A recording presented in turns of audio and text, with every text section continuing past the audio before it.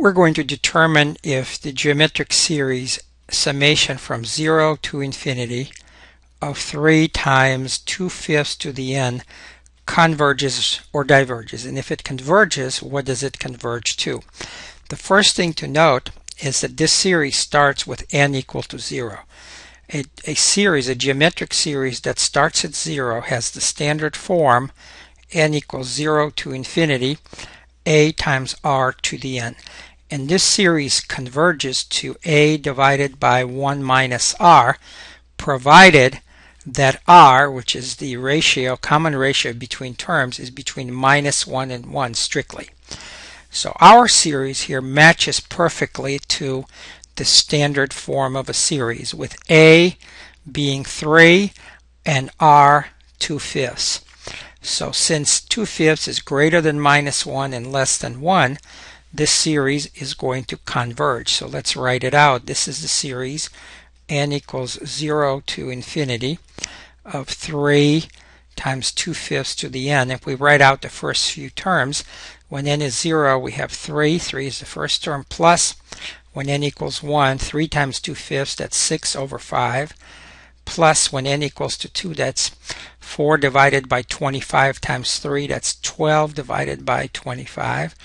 And when n equals 3, that's 8 over 125. 8 times 3 is 24 divided by 125, and so on. So this is the series, and it converges to a, that's 3 divided by 1 minus r, that's 1 minus 2 over 5.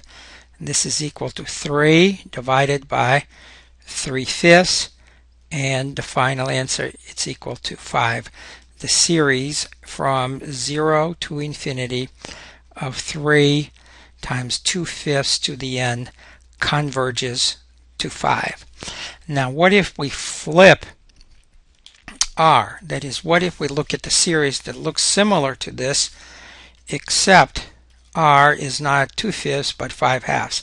So this is the summation from 0 to infinity, 3 times 5/2 to the n. Now when students first learn of geometric series, they're anxious to apply this formula to every geometric series. You can apply the formula here, but you will get the wrong answer, and what you'll get will not make any sense. So the right answer is that r here is 5/2. Now 5/2 is greater or equal to 1. It falls outside the interval of being between -1 and 1 strictly. So we say this series diverges. That is, it does not add up to a finite number. But if you incorrectly apply the formula, here's what you're going to get. The summation from 0 to infinity, 3 times 5/2 to the n. Let's write out the first few terms. So this will be 3. And then when n equals 1, we get 5/2, so that's 15/2, plus 25 over 4, so it would be 75 over 4, and so on. Note these numbers are bigger than 1.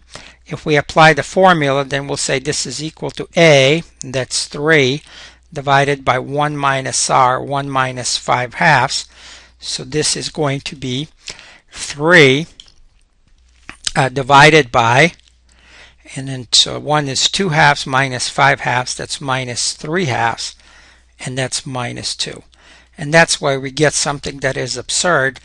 An infinite number of positive numbers, all bigger than 1, add up to -2. Of course, that's impossible. That's incorrect. And the reason is we incorrectly applied this formula. It doesn't apply when r is not in the right interval, being strictly between -1 and 1. For more videos, visit www.mathprepvideos.com.